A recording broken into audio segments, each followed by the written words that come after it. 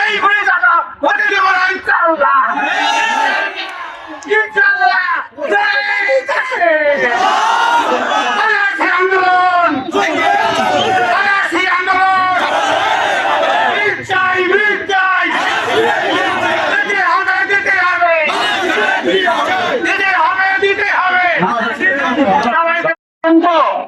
এই ব্রিজ স্থাপিত হবে না ততক্ষণ পর্যন্ত আমাদের আন্দোলন চলতেই থাকবে। যেভাবে আন্দোলন করেছে